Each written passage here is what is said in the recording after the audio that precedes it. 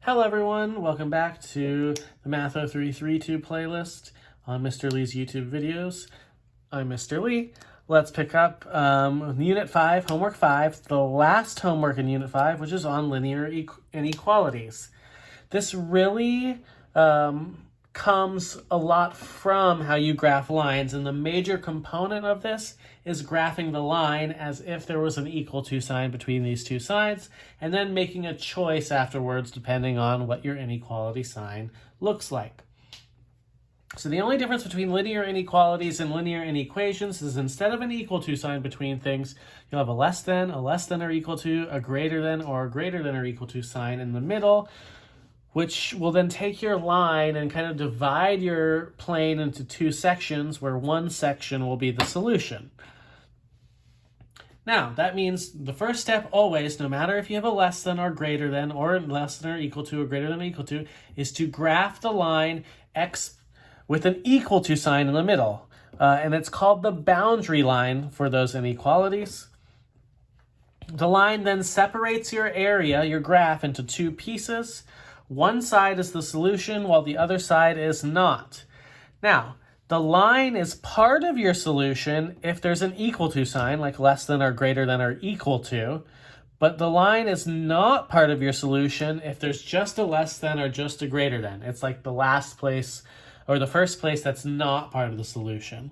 The way that we separate between these two things, which is also done on the homework, is you'll either pick the solid line utility, which graphs a normal line, which is greater than or equal to or less than or equal to, or there will be like a dotted or dashed line little option you can select when you're making your line, which is what you'll do if you have less than or greater than, to indicate that the line is not included in your answer. So generally speaking, we have kind of two steps. First one is you graph the equation as if there was an equal to sign in the middle, just making sure to note that if there's just less than or just greater than, you'll graph it as dashed or dotted. But if there's an equal to sign underneath those, you'll graph it as a normal solid line. Then you're going to choose which side to shade. If you have a less than or equal to, you're going to shade below the line, which we'll talk about when we get there. I'll talk to you about the coin trick. And if you have a greater than or equal to, you'll shade above. Now, an option that's more algebraic, instead of shading below or above, is to plug in a point that is not on the line. A good example of one is 0, 0, if that's not on your line. And if that 0, 0, when you plug it in, makes the inequality work, you shade the side that it's on. If it doesn't make it work, then you shade the other side. Now, there are a few true-false questions that we want to go through that will answer a few questions. If they ask you if a point lies on the graph of an inequality, what you're going to do is plug in that point for x, y, and see if it makes the inequality true. If it makes it true, it does lie on the graph. If it doesn't, then it does not. So if they want you to plug in 4, 0 for x, y into 3x minus 4y is less than 12, is 3 times 4 minus 4 times 0, is it less than 12? Well, this is 12 minus 0. Is it less than 12? Is 12 less than 12? No, which means this thing is false. When graphing the linear equality, 3x plus 2y is less than 12, use a solid line. Well, we see with the inequality that there's no equal to sign, so this is also false. You're going to use a dotted line because it's only less than or only greater than. And if it asks you a question like the boundary line for 3x plus 4y is greater than 12 is 3x plus 4y equals 12, this is true. The only difference between the inequality and the boundary line is replacing the inequality symbol with an equal to sign, because that's the starting point of your graph. Now, when you're actually doing this, let's look at what it looks like and how we'll handle the coin trick. Ideally, you already want it in y equals form. That makes your life a little easier. Otherwise, you have to do the same methods that we've done in the past for your inequalities. We're going to do a few of these, and then I'm going to leave some of them for you. Let's start with number 1. Y is greater than or equal to 2x minus 3. It's already in y is equal to form, even though it's not really an equal to sign. So you don't have anything to mess with equation y, so you start by graphing y equals 2x minus 3.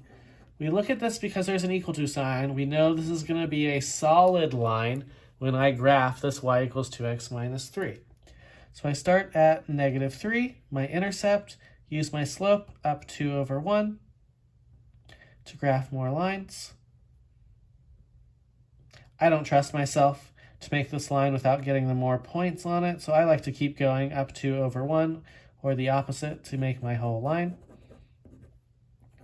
Now the question is always about where is above. We want to shade greater than this line, so above this line. One thing that we can do is I pretend to drop like an item. So let's say I drop this pen cap on the left side.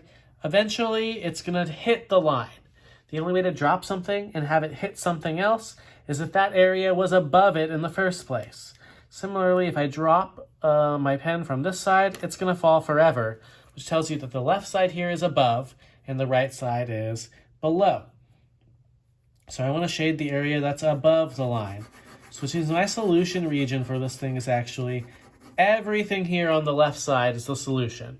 You should have a shading utility when you're graphing, just to make sure that that's the case. Please check on your homework that there's like a fill-in kind of utility. It kind of looks like the paint utility where you use it to fill in shapes. B is similar, but I want you to practice. One thing to note is that less than is going to give you a dotted or dashed line. I'm going to work on C, which will also have a dotted or dashed line, so we can talk about a few things that will pop up. So 2x minus y is less than 6. If it hasn't solved for y yet for you, go ahead and do it yourself before you graph. Subtract 2x. Remember, subtracting or adding doesn't change anything about your inequality. But to get y by itself, I have to divide by negative 1. This is important because dividing or multiplying by a negative changes the direction of your inequality. And that means when you go to graph, this is the symbol that you're looking for, not the original one, which means you're looking to shade above this line. Now, because it's a greater than sign, this is also dotted or dashed. So the way that I like to graph it is start at your point, negative 6, go up 2 over 1. I like to just make all the dots, because then I turn my dots into the dotted or dashed line.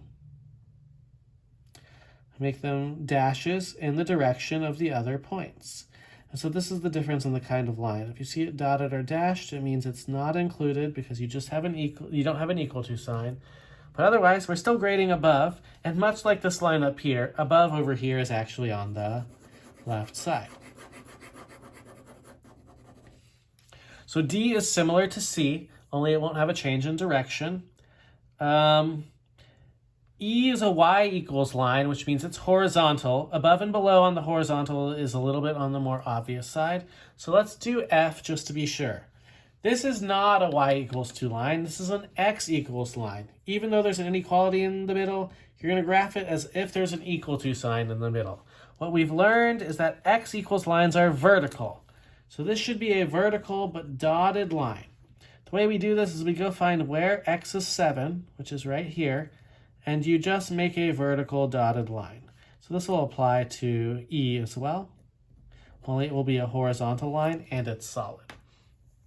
The other issue with vertical lines, and there's no above or below. Nothing will ever hit the line. So in general, the most important thing to remember for vertical lines is which direction is the positive direction for x and which one is the negative. The positive direction for x in this case is actually to the right, because that's where the larger x numbers are. Think about it. If I plug in the point 10, 0, 10 is going to go in for x, and 10 is bigger than 7, so I should shade on that side. So generally speaking, for vertical lines, greater than is to the right, less than is to the left. So it's really just taking the skills that we've already had, graphing the lines, and then once you're done, you need to make sure it's dotted or solid, but then it's about shading one side or the other. And that's the only difference between graphing these inequalities compared to graphing lines. But this is really the end of Unit 5. It's all about graphing. And there's only one more unit to go after this, but this is all. Make sure to check the notes to see the solutions to the other problems.